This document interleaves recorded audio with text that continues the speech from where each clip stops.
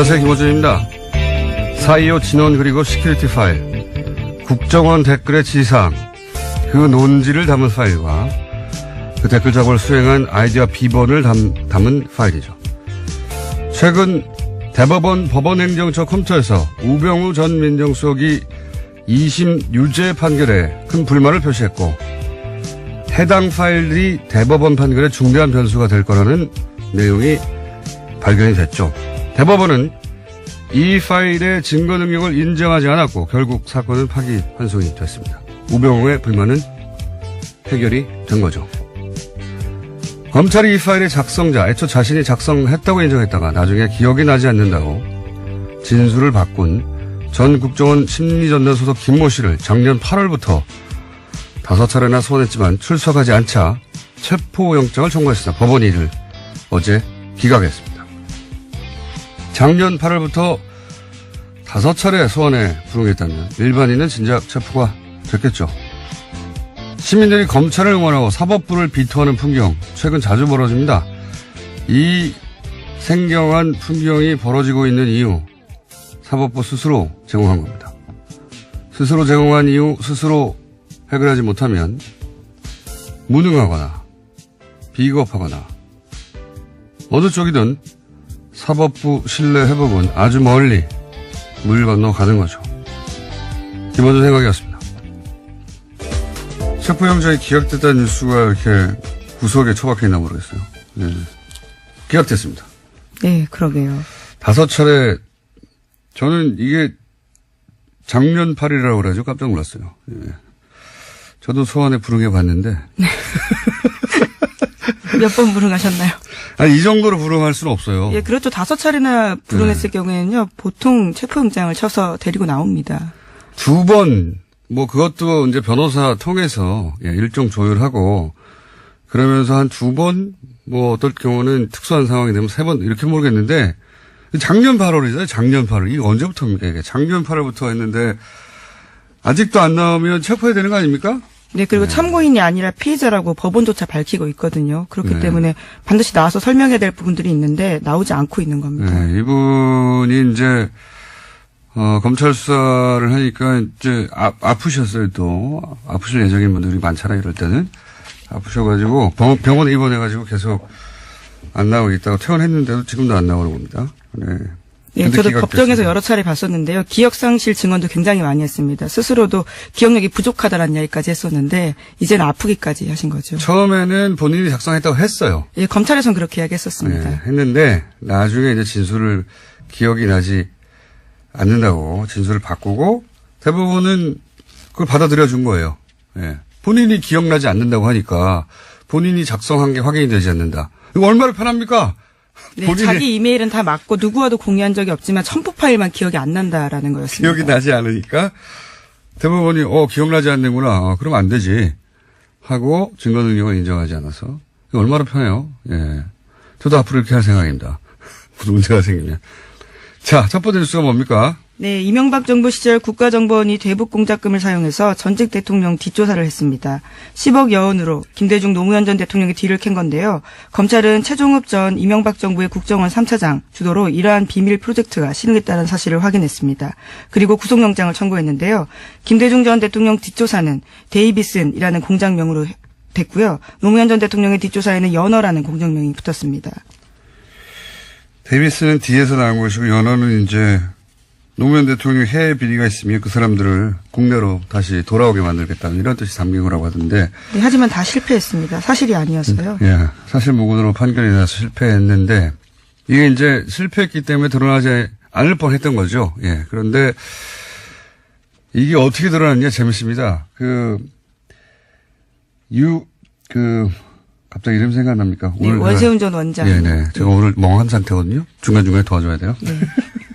수면 부족으로 멍하기 때문에. 원세훈 원장이 이제 국정원 자금을 유용한 사건을 뒤지는데 그 중에 하나가 호텔 스위트룸을 개인 용도로 빌렸는데 그 자금이 대북 공작금이었던 거예요. 네, 하필이면 대북 공작금을 손을 대서요. 줄줄이 엮이게 된 겁니다. 대북 공작금을 이용해서 대북 공작 능력을 조화시켰기 때문에 북을 이롭게 했으니까 빨갱이죠. 보수 진영의 논리로 따지면 어쨌든 근데 이제 그 자금을 뒤지다 보니까 비는 구석들이 있는 거죠. 그 비는 구석들을 또 따라가다 보니까 이게 나온 거예요. 예. 이런 게 요즘 보수에서 유행하는 단어로 말하자면 정치 보복인데, 근데 이제 그 용어로도 전혀 적합하지 않은 것이 보복이 되려면 김대중 노무현 두 대통령이 이명박 전 대통령을 굉장히 괴롭혔어야 되잖아요. 그런데 사면을 해줘서 정치를 복귀시킨 게 김대중 전 대통령이고, 그리고 청계천 한다고 했을 때 서울시장, 이명박 서울시장 시절에 중앙부처가 이거 협조해주지 않으면 안 되거든요. 보수 정권이었을 때 박원순 시장이 뭐 한다 그러면 그렇게 못하겠어요. 노무현 대통령 때는 이거 해주겠어요. 네, 아예 국정원에서 보고서까지 쓰면서 공작을 했었던 바가 드러난 바가 있죠. 박원순 서울시장. 노무현 대통령 때는 이명박 서울시장이 청계천 복원한다고 하는 게 기본적으로 대통령 되기 위한 프로젝트였지만 그래도 물이 흐르는 게 낫다. 그래서 중앙부처 협조해주라고 했단 말이죠. 무슨 피해를 입기는커녕 도움을 받은 거예요. 기본적으로 대통령 가는 길로. 이게 최소한의 인간적 도의도 없는 이거는 그냥 정치 린치인 거죠. 린치. 보복이 아니에요. 이명박 전 대통령이 한 것은 린치를 가했죠. 심지어 대북 공작금을 사용해서 그조차도 사실로 드러나지 않았다라고 하는 건데요. 근데 이제 뭐 이런 일이 있지 않았을까 짐작만 하다가 이번에 이제 원세훈 원장의 큰 도움으로 이분이 큰 도움을 많이 주시고 계세요. 예, 특활비도 이분으로부터 시작된 것이고 동상을 세워드려야 될까. 어쨌든 여러 가지가 밝혀지고 있는 와중에 당사자들이 모두 인정했다라고 합니다. 자, 대북 공작금이라고 대북 공작금. 이 대북 공작금을 또 이 자금 추적하는데 국세청이 동원돼서 예, 국세청 당시 국세청장에게 도와주세요.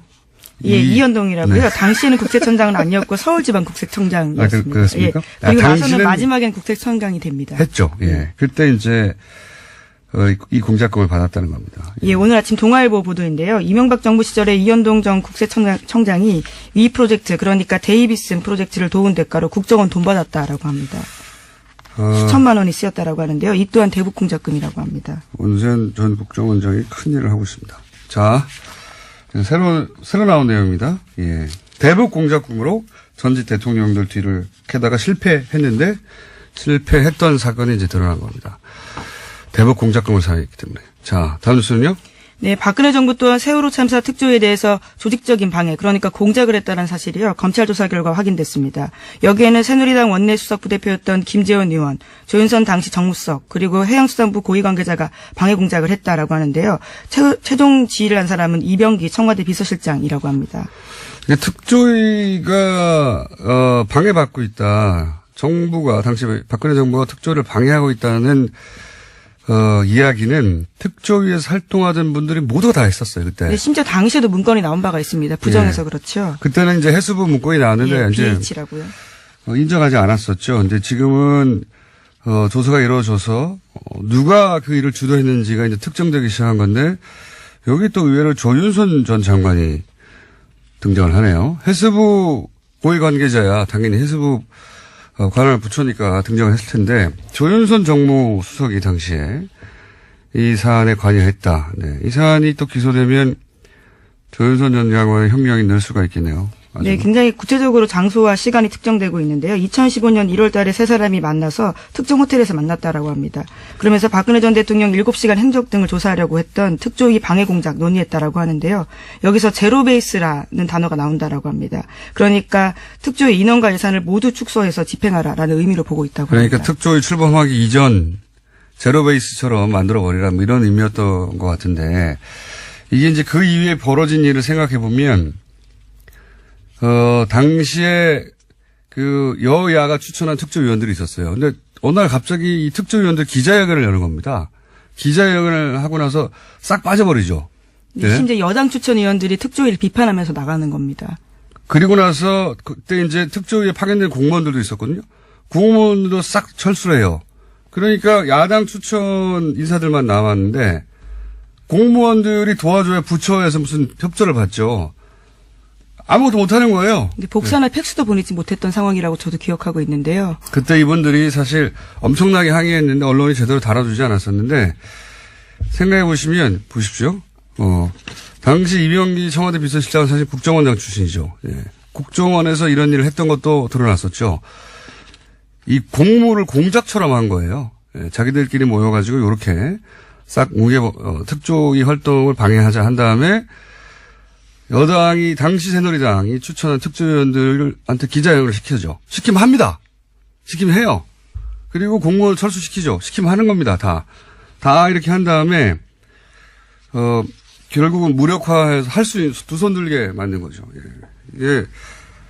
그거 알아야 합니다. 당시 이명박 박근혜 정부 시절에는 정권이 좋아하거나 싫어하는 일들은 공적 업무를 공작처럼 했어요. 자원외교 좋아하면 공작처럼 진행하고, 예. 예를 들어 세월호 특조위 싫어하면 공작처럼 방해하고. 이게 이제 정말 뒤져보면 어마어마하게 많이 나올 것 같아요. 그래도 된다고 생각했거든요. 그때 당시 정권. 당시 김재원 의원은 세금 도둑이라는 프레임을 만들어서 특조위를 굉장히 비난했었는데요. 하지만 이에 대해서 김재원 의원은 조윤선 수석과 해수부 고위 관계자 따로 만난 기억 없다라고 현재로서는 부인하고 있다고 합니다. 글쎄요, 기억은 없으실 수 있겠죠. 불리한 기억은. 예, 특별한 상황에서. 근데 이제 이게 이 정도 나왔으면 제가 보기에는 곧 기소가 될 것 같네요. 예. 네, 해수부 차관과 해수부 전 장관들이 피의자 신분으로 나와서 이와 같은 사실에 대해서 진술하고 있다라고 합니다. 그러니까요. 이미 그때 만났던 그 자리에 있었던 사람들이 얘기를 하고 있으니까요. 자, 다음 수는요. 네, 현직 검사가 자신이 겪은 성추행을 폭로했습니다. 서지현 창원지검 통영지청 검사인데요. 서 검사는 가해자로 당시 법무부 간부 안태근 검사를 지목했습니다. 당시 법무부 핵심 간부에게서 사과받기는커녕 인사상 불이익까지 당했다라고 이야기하고 있는데요.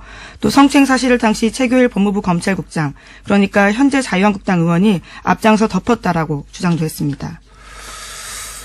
저는 이 서지현 검사 인터뷰는 우리 사회의 이제 보수성 그리고 현재 여성의 사회적 지위 혹은 검찰 조직이라는 특수성을 다 감안했을 때 개인적으로 굉장히 역사적 인터뷰라고 생각합니다. 네. 왜 역사적 인터뷰라고 아마 두고 이정표가 되는 인터뷰가 그런 인터뷰로 기록이 되지 않을까. 굉장히 힘든 인터뷰군요, 이게. 네, 굉장한 용기를 냈다라고 봅니다. 예. 이 인터뷰 본인도 용기를 냈겠지만 인터뷰로 인해서 많은 같은 처지에 있는 여성들이 위로도 받고 격려도 받고 그리고 용기도 되고 그래서 더 적극적인 폭로로 이어지는 이제 계기가 됐으면 좋겠는데 이게 헐리우드의 제작자 하비 웨인스타인인가요? 예. 네. 그 사람에게 당했던 알리사 생각이 안 나네요. 네, 제작자와 배우들이 많습니다. 네, 예, 많습니다. 최초 폭로가 알리사 도시 이름인데 이탈리아 기억이 안 나네요. 알리사 못 로마인가요? 알아들어서 죄송합니다. 알리사 로마인가요? 베네치아인가요? 밀라노인가 합니다. 밀라노의 폭로로부터 시작된 건데 그래서 미투 해시태그가 전 세계를 휩쓸었죠. 예, 작년에 올해의 인물로 뽑히기도 했습니다. 이와 관련된 인물들이요. 우린 조용했어요. 예, 그런 일이 없어서가 아니라 그 일을 공개했을 때 입을 수 있는 피해가 굉장히 두려웠던 거죠. 예. 예, 꽃뱀 취급을 받는다. 이렇게 걱정을 했을 것이고. 혹시, 조직에 괜히 평지 풍파를 일으키는 거 아닌가. 그러니까 스스로 자책하는 거죠. 스스로 자책하고, 이 사회 시선을 내면화해서 잘못은 내게 있는 게 아닐까. 매 맞는 안에 증후군 같은 거죠. 예. 그런데 이제 그걸 서지현 현직 검사를 깨고 등장한 겁니다. 저는 대단한 인터뷰였다고 생각이 들고, 이걸 제가 했어야 되는데. 네, 어제 원래 글을 먼저 올렸었는데요. 관련 글에서는 캠페인이 미투 해시태그 달았다라고 합니다. 네. 그리고 관계자들의 반론도 말씀드려야 될 것 같은데요. 안 전 국장은 오래된 일이고 술 마신 상태라 기억이 없지만 있었다면 사과한다라고 하고요. 최교일 의원은 전혀 기억이 없다면서 왜 나를 끌어들였는지 이해하기 어렵다라고 주장하고 있다고 합니다. 예, 밝혀지겠죠. 예. 어쨌든 저는 서지현 검사 응원하고 제2, 제3회 서지현이 계속 나오기를 응원하고 이 인터뷰 자체가 이정표로 기록될 역사적인 인터뷰였다. 저는 그렇게 생각합니다. 다만 아쉬운 것은 내가 했었어야 하는데. 예, 대검 감찰본부에서 계속해서 조사하겠다라고 하니까요. 이후 상황들도 팔로우하실 수 있을 것 같습니다. 알겠습니다. 오늘은 인터뷰가 많아가지고 바로 이어가지고 저희가 어제도 민의를 하나 했기 때문에 민의를 하나 준비했습니다. 안철수 대표 비서실장 송기석 의원 스튜디오에 직접 나오셨습니다. 안녕하십니까? 네, 안녕하십니까. 송기석입니다. 전화와 통화만 하다가 반갑습니다. 어제 이상돈 의원도 직접 나오셨기 때문에. 아, 그러셨어요? 네, 직접 나오시는 게 좋을 것 혹시 같아요. 이 자리에 앉으셨습니까? 바로 그 자리에 앉아 계셨습니다. 네. 똑같은 시간대에. 예. 우선 또 없는 다리를 걷는 건 맞죠, 이제? 예, 그런 것 같습니다. 사실 그렇죠. 어제 그제 일월 28일 이른바 이제 통합 반대하는 이른바 민평당 측에서는 장준이 발기인데 이렇게 하고 그리고 통합 추진하는 국민당 안철수 대표 측에서는 당무위 열어서 179명 징계함으로써 사실상 끝난 거죠, 이제. 돌아올 수 없는 다리를 걷는 거 아닌가 그렇게 보입니다. 알겠습니다. 어차피 이제 돌이킬 수 없는 일이면 그냥 핵심 몇 가지만 여쭤보겠습니다. 지금 최근에 논란이 되는. 예. 그 전당대회 때 이제 당원을 이것저것 바꾼 거 이것에 대해서 반대쪽에서는 꼼수라고 하는 평가에 대해서는 어떻게 생각하십니까? 당원 자체를 바꾸지는 않았습니다. 그렇지 않아도 당규문만 바꾼 겁니다. 그렇죠. 이제 네. 당원까지 예를 들자면 그러니까 대표 당원에 의한 투표 방식의 전당대회가 아닌 다른 거기다 또는 추가하거나 그걸 논란이 있었는데요. 일단 정면 돌파한다는 측면에서 당원은 개정하지 않았고 당규만. 예, 당규만 이제 그 전당대회 방식에 대해서만 좀 당규를 바꿨는데 이게 좀 여러 면에서 꼼수다라는 평가에 대해서는 어떻게 생각하십니까? 네, 새벽 6시에 시작한다든가 보는 입장에 따라서는 그렇게 볼 수도 있는 것 같습니다. 왜냐하면 전통적인 의미에 그러니까 한 장소에 특정 시간에 모여서 거기서 잠깐 토론 후에 투표하는 그런 형태가 전통적인 전당대회 아니겠습니까? 그렇지만 이 현대 이 뉴미디어 시대에 와가지고 과연 그 방식을 꼭 고수한 게 옳으냐라는 측면인데요. 거기에 이제 다른 걸 더 가미했다고 볼 수 있을 것 같습니다. 근데 모집단을 줄이려고 대표당원한테 전화해서 모집단을 10,000명을 한 절반 가까이 쳐낸 것도 포함해서 의장 권한을 사실상 무력화하는 디테일한 몇 가지 장치 이런 건 사실 반대파가 이렇게 했으면 안철수 대표 측에서도 가만 안 있었겠죠. 예, 분명히 제가 보기에도 논란의 소질이 있습니다. 다만 대표당원 같은 경우는 거의 한 이제 6,500한 7,000명 가까이 다시 회복된 상황이고 그게 뭐냐면 결국 당비를 내지 않는 분들 또 연락이 안 되는 분들을 어떻게 대표당원 지위를 유지할 것인지 여부가 이제 핵심이었던 것 같습니다. 핵심은 그게 아니라 어떻게든 통합을 하려고 하다 보니까. 그렇죠. 그런 측면도 있죠. 그런 측면이 다 아닙니까? 예, 그렇죠. 전대 이제 가결을 위해서 사실 그렇게 그렇죠. 그렇습니다. 인정하겠습니다. 갑자기 훅 인정하시고. 네. 자. 그리고 또 한 가지 계속 언론에 등장하는 게 이상돈 의원 비롯해서 통합에 반대하는 세 분의 비례대표. 네. 세 분보다 더인지 모르겠지만 어쨌든 드러난 건 세 분. 이분들의 출당을 본인들은 요구하는데 안철수 대표가 혹시 이걸 해줄 가능성이 조금이라도 있을까요? 그 전에는 아무래도 이제 정당의 자산이다. 당시 총선 당시에 정당을 보고 투표한 거 아니냐 그런 측면에서 임으로 할 수 없다라는 원칙적 원론적 입장을 표현을 하다가 어제 그제 이제 그 당무위 전에 입장 발표를 하면서 이제 나가세라 사퇴 요구까지 했습니다. 근데 사퇴하면 의원직을 그러니까요. 그래서 제가 보기에는 지금 우리 당 상황은 좀 통상의 상황은 아니라고 봐야죠. 더더군다나 사실상 분당 상황 아니겠습니까? 이런 경우는 그게 과연 그 의원직을 유지해 주는 게 오느냐 아는 게 오느냐. 다만 정치적 상황 변화에 따라서는 정치적으로 해결해야 되지 않겠습니까? 정치적으로 해결한다는 것은 유승민 대표의 표현에 맞춰서 이해하면 출당시켜 주라는 건데요. 네. 안철수 대표가 그렇게 할까요? 아마 상황에 따라서는 그렇게 갈 수도 있을 것 같습니다. 왜냐하면 그건 절대 안 된다고 말하는 것은 좀 통상의 경우와는 다르기 때문에 제가 이제 이렇게 그렇죠. 말씀드린 겁니다. 안철수 대표가 국민의당 창당할 때도 민주당 소속 비례 이 얘기 여러 번 나오지만 네, 그랬습니다. 언론에서도 그러니까요. 민주당이 요구했고 민주당에서 출당시켰죠. 실제 경남도 의원 그렇게 해줬고. 그러니까 안철수 대표 자신은 했는데 인사동돈 의원은 안 된다. 이거는 앞뒤가 안 맞췄습니까? 그렇습니다. 그 측면이 있습니다. 그래서 제가 그렇게 말씀드린 겁니다. 어떡합니까, 게다가 표면적 이유가 뭐라고 하든 결국은 민평당 등치가 커지면 안 되니까 안 해주는 거라고 다들 생각하지 않습니까? 그 측면도 있고 사실상 이렇게 민평당이 교섭단체 이상이 커진다면 이건 정상적인 통합으로 제가 봐도 보기 어려운 거 아니겠습니까? 이게 아니 통합 합당이라는 게 저는 국민의당의 외연 확장이고 사실상 흡수라고 생각하지만 형식상 통합이지만 그렇다 하더라도 이건 마이너스 통합 이건 의아해야 할 거 아닙니까? 그러니까 그런 측면에서도 자기가 욕먹지 않으려고 그리고 남이 잘 될까 봐 막는 거잖아요. 아무튼 그런 측면보다는 최대한 함께 갈 수 있게 좀 설득하겠다. 이런 측면이죠. 예. 뭐. 이것도 인정하셔야 될 것 같은데. 아니, 그 명분이야 뭐 정치인들이 다 머리가 좋으니까 만들 수 있는데 결국은 저쪽 동네가 너무 커지고 내가 쪼그라들면 나는 욕먹고 저쪽은 잘 되니까 안 되는 거 아닙니까? 그렇죠. 기본적으로 뭐. 갑자기 또 인정하시고. 아니, 정치라는 게 이제 혼자 할 수 있는 건 아니고요. 최대한 뭐 세력을 함께 해야 되는 거니까. 예, 그런 욕심은 있지만. 하여튼 이것도 뭐, 더 이상의 답변은 본인이 결정하시는 게 아니니까. 예. 근데 만약에 본인이 대표라면 어떻게 하셨겠어요?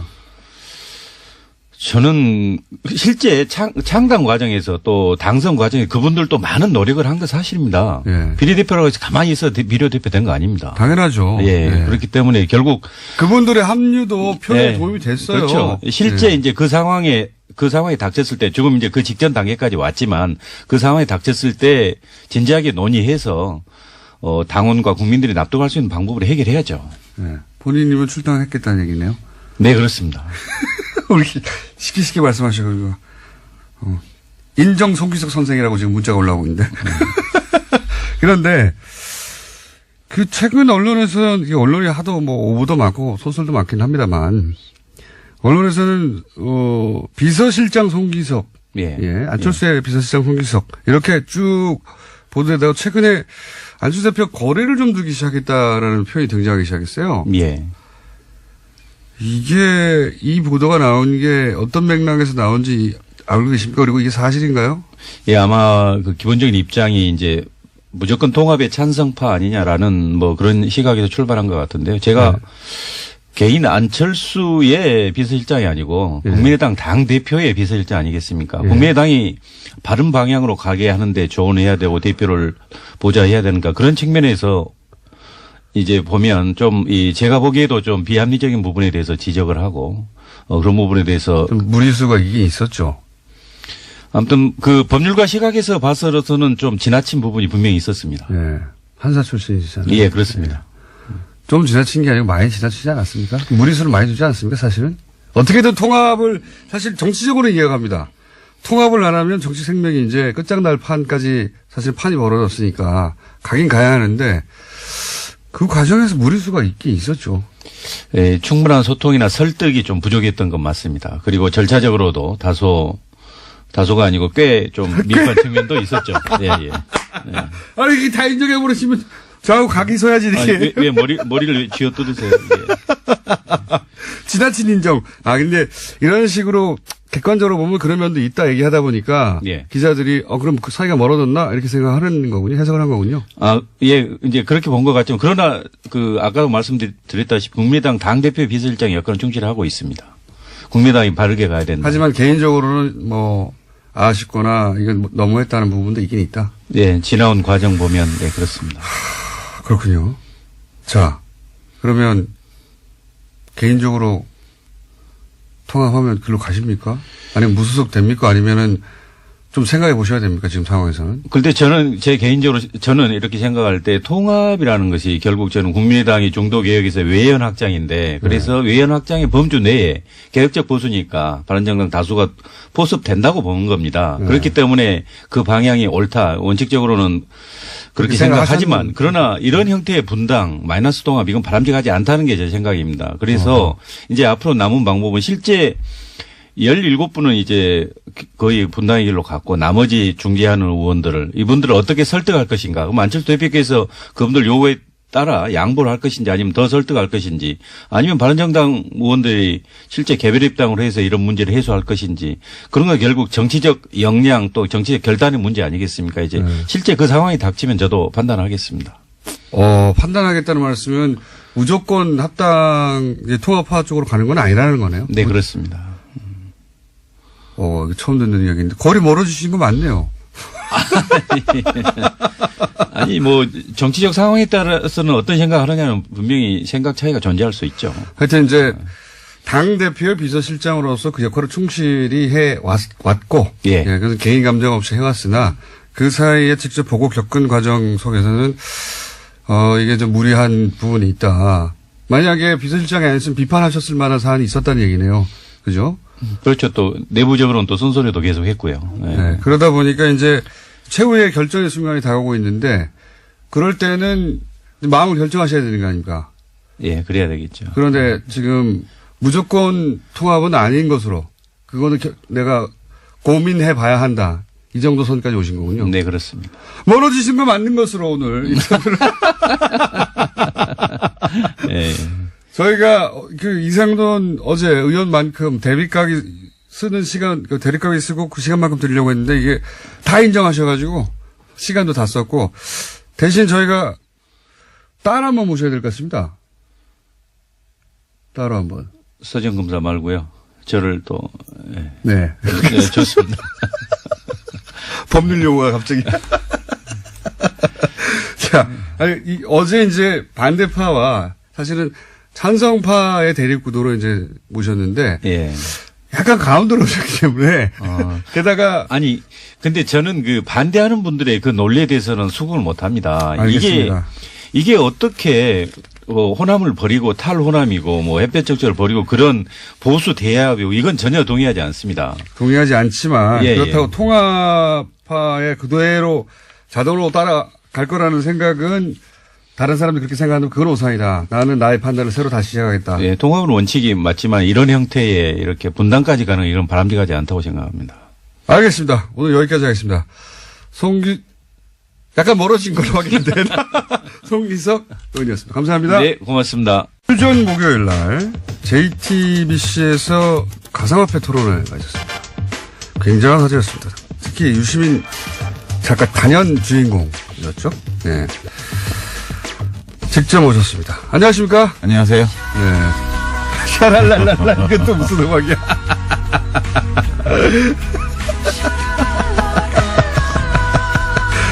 제가 이제 통화만 하다가 직접 만나면 좋네요. 빰빠레도 올려주고. 네. 오랜만에 뵈서 반갑고요. 근데 이제 토론, 이건 뭐 사적인 불만인데 토론회 하는 시간과 날짜가 하필이면 블랙하우스, 개업식 직전에 일부러 그날 잡은 거죠. 그건 이제 썰전 제작진이 네. 그 사장실에 가서 네. 경쟁사에서도 할 수 없는 비윤리적 그 행위라고 엄청 그 비난을 했대요. 아, 스스로? 왜냐면 썰전 방송 직전이었는데 썰전에서도 이걸 다뤘거든. 아하. 썰전에서 다뤘는데 또 했구나, 앞에서. 그렇지. 예. 그래서 썰전 제작진이 이거는 경쟁사 사이에서도 할 수 없는 차마 비윤리적인 행위라고 하는 그러니까 거예요. 블랙하우스 개업식을 망가뜨리려고 하는. 그만큼 이 문제가 급한 문제여가지고. 그러면 이 문제는 결국은 손석희 사장님의 음모네요? 그렇지. 자, 원래 사실은 하고 싶은 이야기는 썰전이 다 풀기 때문에 유시민 작가는 이 섭외에 응하지는 않았습니다. 예. 근데 오늘은 직접 스튜디오에 따로 출동을 해야 할 만큼 이 심각한 사태가 벌어졌다고 이제 판단하신 거죠. 뭔가. 그렇죠. 예. 썰전이나 JTBC 이외에 또 어딘가에 가서 이거 꼭 풀어야 되겠다 생각하신 거죠. 뉴스 공장밖에 없지. 그렇다고 봐야죠. 네.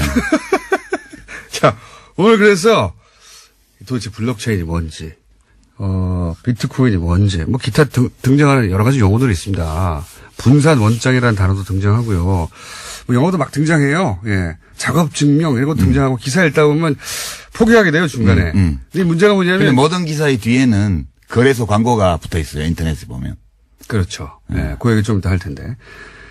요 기술적인 얘기를 조금 먼저 하고 넘어가야 되는 것이 보통 이제 이런 기사 읽다가 이런 본인이 그 직관적으로 단숨에 이해가지 않는 상황이 등장하면 아, 이건 내가 모르는 영역이구나. 그렇지. 모르는 영역이기 때문에 내가 여기다 토를 달면 안 되고. 입 다물어야겠다. 그렇죠. 내가 뭘 잘 모르는 걸 거야. 이렇게 생각하게 되고 남들이 떠드는 것만 보게 된단 말이죠.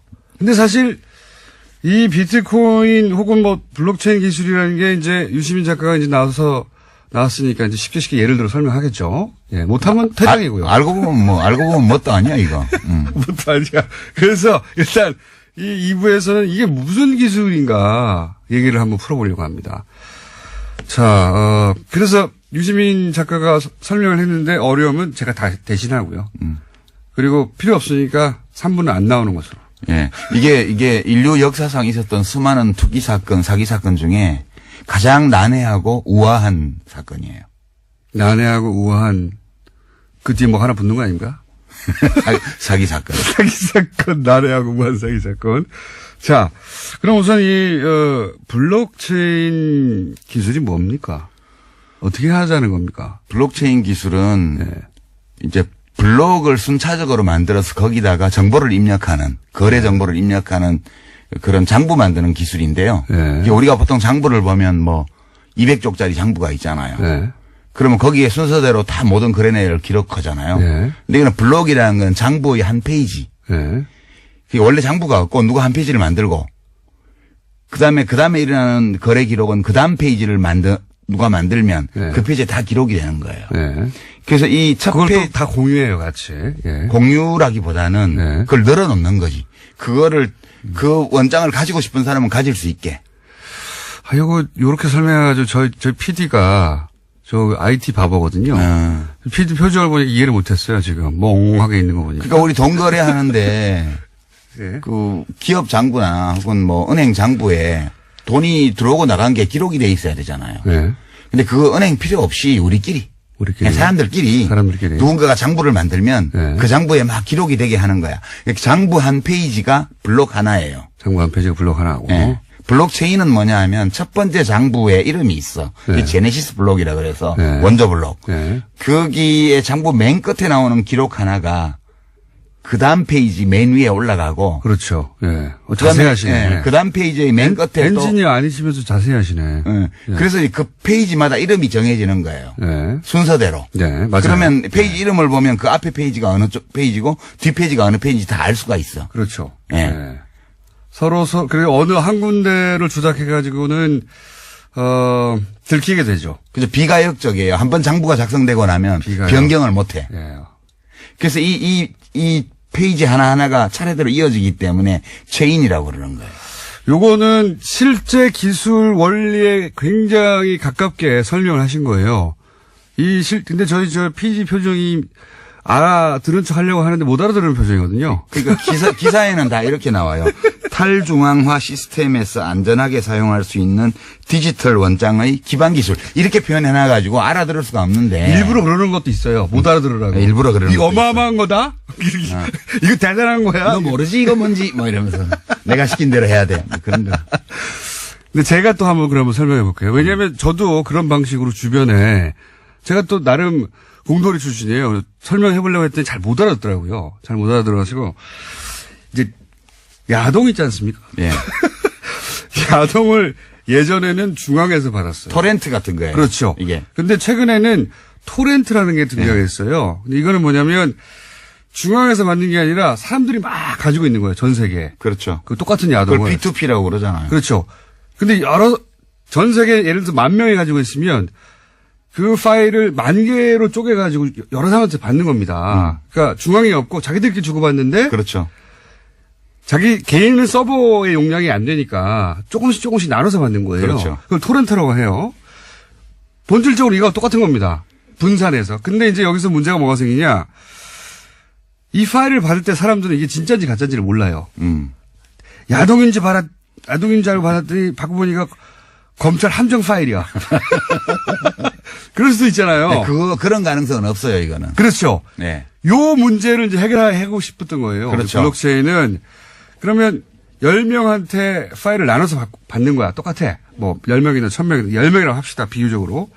근데 이걸 도대체 이 파일이 야동인 줄 어떻게 확인할 수 있을까? 그러니까 신뢰할 수 있도록 해준 거예요. 그렇죠. 어떻게 신뢰할 수 있도록. 그 머리를 굴리기 시작한 겁니다. 그러니까 사토시 나카모토라는 이름을 쓰는 익명의 공학자 또는 뭐 공학적 그룹이 2008년도에 논문을 하나 딱 냈는데 그거는 학술지에 낸 게 아니고 화이트 페이퍼라 그래서 그냥 인터넷에 띄운 거예요, 논문을. 네. 그리고 몇 달 후에 2009년 1월 초에 이 시스템을 론칭을 해요. 비트코인 시스템을. 네. 그러니까 이 시스템에 들어와서 접속하는 사람을 피어라고 그러고요. 네.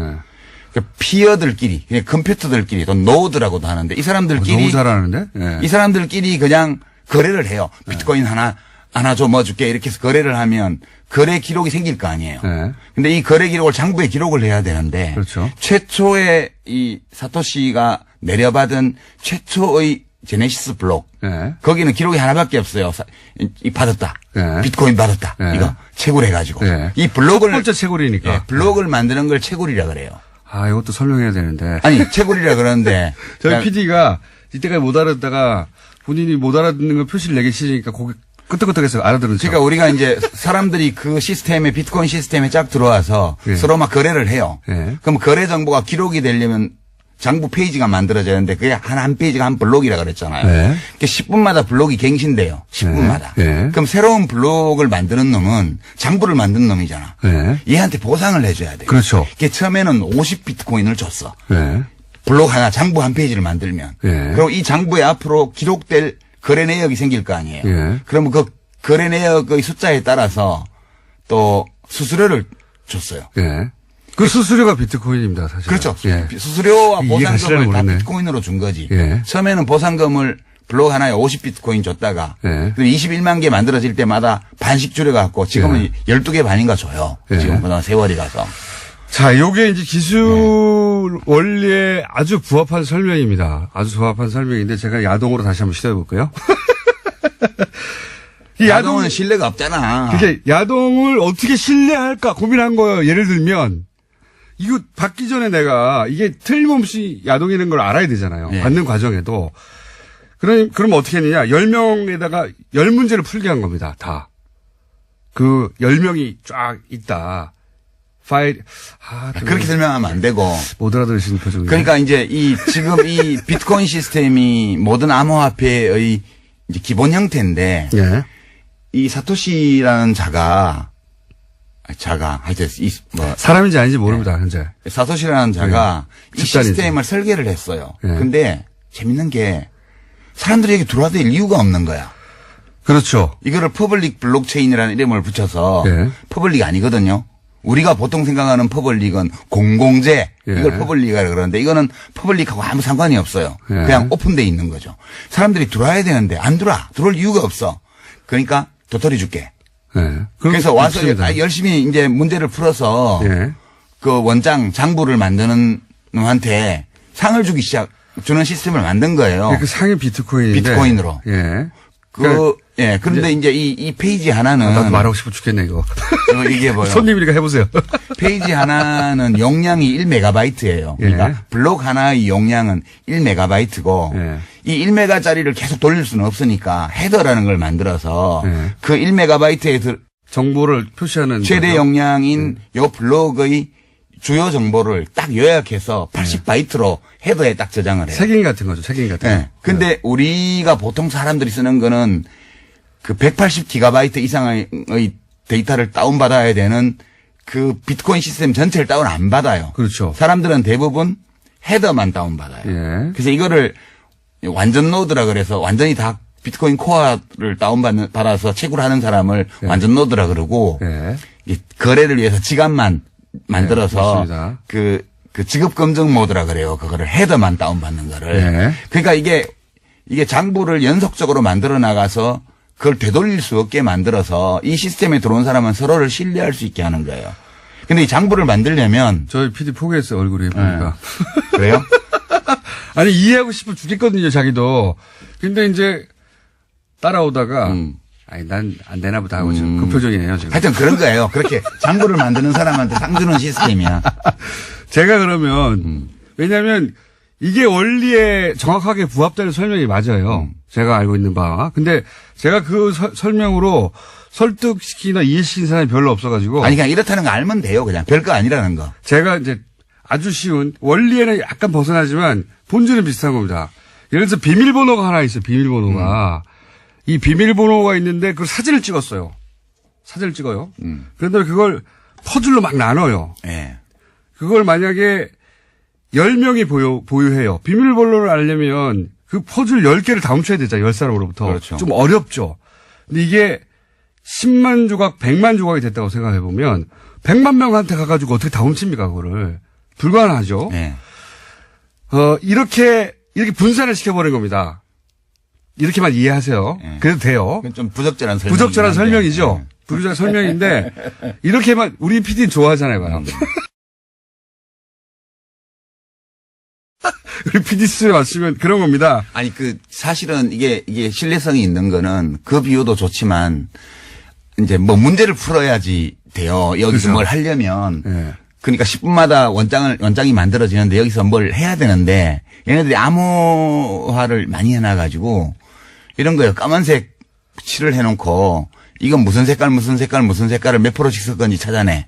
예. 그러니까 처음에는 채굴이 쉬웠어. 왜냐면, 이거 까만색이니까 빨강, 노랑, 파랑이야. 그러면, 그래, 너 잘했어. 이러고 정보 한 페이지 만들어주고 50비트코인을 줬어요. 예. 근데 지금은 이게 2조배 어려워졌어, 처음보다. 그렇죠. 지금은 이 50가지 물감을 섞어서 한 색깔을 내놓고 이거를 몇 가지의 물감을 몇 %씩 섞어서 만들었는지 알아내면 상을 주는 거예요.